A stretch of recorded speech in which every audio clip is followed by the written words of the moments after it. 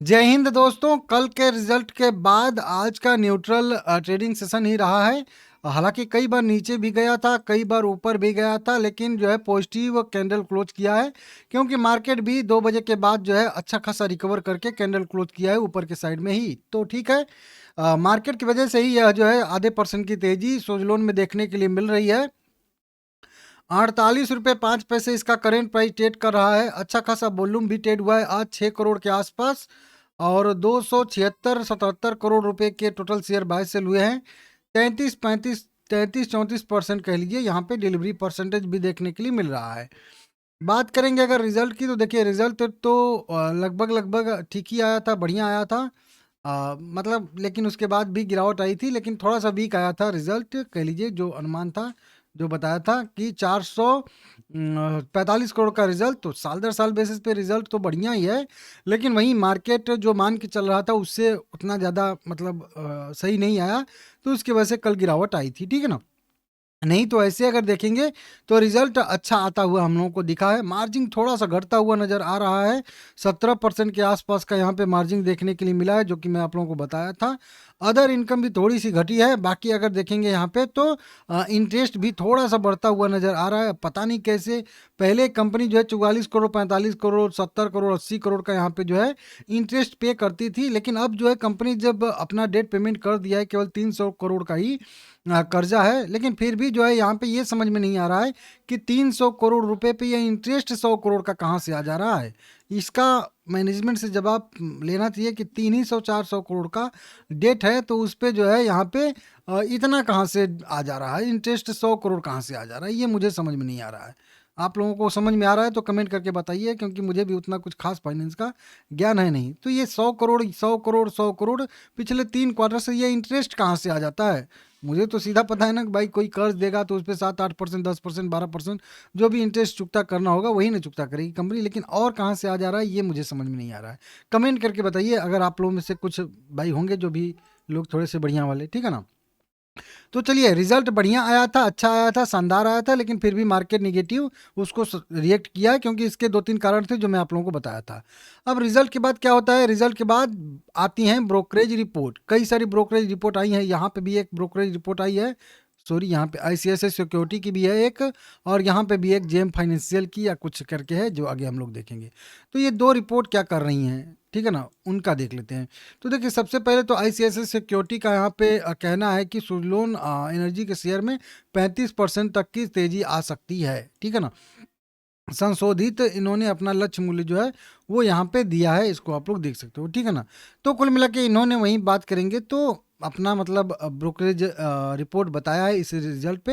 हालांकि ये premium news है तो इसको हम लोग नहीं पढ़ सकते पूरी न्यूज़ को, लेकिन दूसरी न्यूज़ आई है उसको हम लोग पढ़ सकते हैं। ये जो है जेएम फाइनेंशियल की तरफ से है। हाँ, जेम फाइनेंशियल भी वही क्या कह रहा है, इसका भी अगर हेडलाइन हम लोग देखेंगे तो सुजलोन एनर्जी अभी भी खरीदने लायक है, विश्लेषकों ने लक्ष्य मूल्य क्यों घटाया। तो मतलब कई सारे ब्रोकरेज एजेंसियां जो वहीं घटा रही है ना मूल्य, जो यहाँ पे आईसीआईसीआई सिक्योरिटी ने भी अपना घटाया है, ठीक है ना। और उसी संशोधित किया है, यहाँ पे देखिए संशोधित लिखा है ना, तो नॉर्मल सी बात, संशोधित मतलब जो है घटाया ही गया होगा, तो बढ़ाया तो गया नहीं होगा, ठीक है ना। उसी तरीके से जेम फाइनेंशियल की भी रिपोर्ट आई है। अब इनकी हम लोग पढ़ लेते हैं ताकि समझ में आ जाए कि क्या मैटर है टोटल। कहाँ से शुरू किया है भाई, यहाँ से देखिए। यहाँ से इन्होंने कहा है वित्त वर्ष 2026 की तीसरी तिमाही में 617 मेगावाट डिलीवरी जो है यहाँ पे हुई है, और बेहतर मिश्रण ऑर्डर मिश्रण के कारण एबिटा मार्जिन 17% हो गया है बढ़ के। हालांकि ये बढ़ के बोल रहे हैं, लेकिन पिछले क्वार्टर से अगर देखेंगे तो मार्जिन घटा है, जो भी दिखा भी रहा था आप लोगों को, ठीक है ना। बाकी साल दर साल बेसिस पे मार्जिन बढ़ रहा है। 617 मेगावाट की टरबाइन डिलीवर इन्होंने इस बार किया है।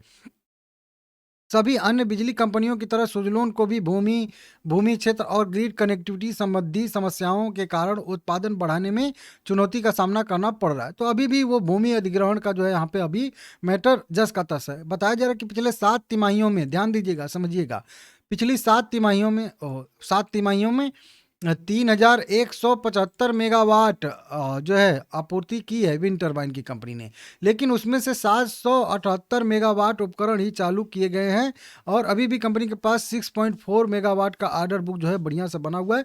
जो अगर नॉर्मल भी देखेंगे, अगर कंपनी बढ़ चढ़ के भी काम करेगी तो 2 साल का काम तो यहाँ पे सीधा सीधा पड़ा हुआ है। प्रबंधन ने प्रमुख प्रदर्शन मानदंडों के में से कम 60% वृद्धि हासिल करने का यहाँ पे विश्वास फिर से यहाँ पे दोहराया है, जो कि बताया जा रहा है। ठीक है ना।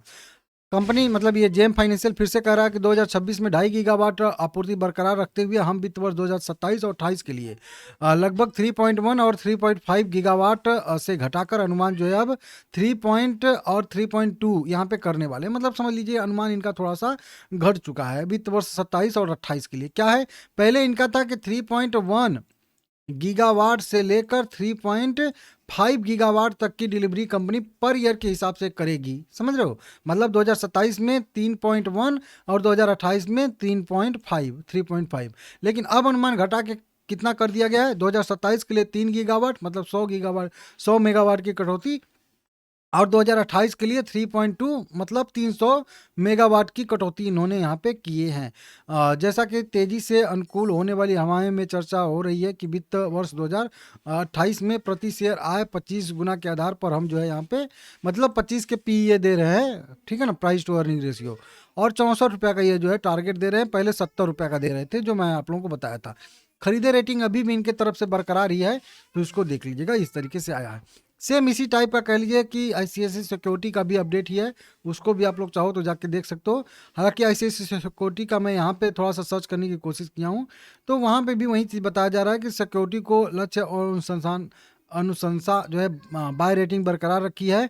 लक्ष्य मूल्य अभी देखेंगे तो इन्होंने 76 रुपये के आसपास अपना कर दिया है, जो देख सकते हो। अच्छा खासा ऑर्डर बुक है, तो राजस्व में वृद्धि की संभावना इनको भी है, इस तरीके से यहाँ पे बताया जा रहा है, देख सकते हो। ठीक है ना।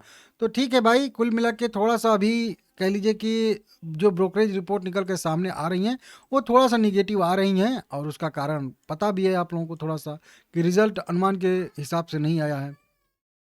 देखिए चार्ट बिल्कुल अपने सपोर्ट लेवल पे एक पुल बैक, एक पुल बैक और एक पुल बैक एकदम आ चुका है बढ़िया सा। अब यहाँ से फिर से अगर गिरावट होती है तो अगला लेवल इसका 40 रुपये के आसपास बनेगा, जो कि कई बार आप लोगों को पहले से ही बता चुका हूँ। अगर यहाँ से मोमेंटम आएगा तो फिर से एक मोमेंटम 51 रुपये तक, या फिर जो हो सकता है 53 रुपये तक जाने की संभावना है। हालांकि मेरा तो मानना है कि एक अच्छा सा मोमेंटम यहाँ से कम 56 रुपये तक इसको दिखाना चाहिए था, लेकिन पता नहीं क्यों नहीं दिखा पा रहा है। सब कुछ ठीक अच्छे हैं, और आप लोग भी कमेंट करते हो तो हम लोग भी निरुत्तर हो जाते हैं कि जब सब कुछ सही है तो भाई तेजी क्यों नहीं हो रही है। मेन क्वेश्चन तो यहाँ पे। तो देखिए मार्केट चलता है कुछ अपने ढंग से ही, वो किसी के कहने पे नहीं चलता है। नेट प्रॉफिट जो कंपनी का बिजनेस है उसके हिसाब से तो चलता है, लेकिन वो भी लॉन्ग टर्म में ही उसका इफेक्ट देखने के लिए मिलता है। जरूरी नहीं है कि अगले क्वार्टर में कंपनी का नेट प्रॉफिट बढ़ रहा है तो प्राइस भी बढ़ेगा। ठीक है ना, हो सकता है प्राइस पहले से बढ़ गया हो तो घट जाता है। तो ये कई सारी चीज़ें जो लिखी लिखाई होती हैं वो एकदम एक्चुअल मार्केट में काम नहीं करती हैं। मार्केट अपने सेंटिमेंट की वजह से चलता है, अपने जो है थिंकिंग की वजह से चलता है, लॉन्ग टर्म का सोच के चलता है मार्केट। सब कुछ अपने हिसाब से होता है इसमें। तो यहाँ पे वही बात है ना कि आप जब चाहोगे तब नहीं तेजी होगी, कुल मिला के कहने का मतलब। ठीक है, अच्छे खासे लेवल पे शेयर है, बढ़ोतरी की संभावना मुझे दिख रही है, लेकिन लॉन्ग टर्म में अभी फिलहाल में ये शायद से हो सकता है कि एक बार 40 रुपये तक आने की कोशिश करे। और ये मैं बात बहुत पहले से बोल रहा हूँ, देखते हैं क्या होता है। कोई भी ब्रोकरेज रिपोर्ट आगे भी निकल के सामने आएगी, मैं आप लोगों को बताऊंगा। चैनल सब्सक्राइब करना मत भूलिएगा सभी लोग।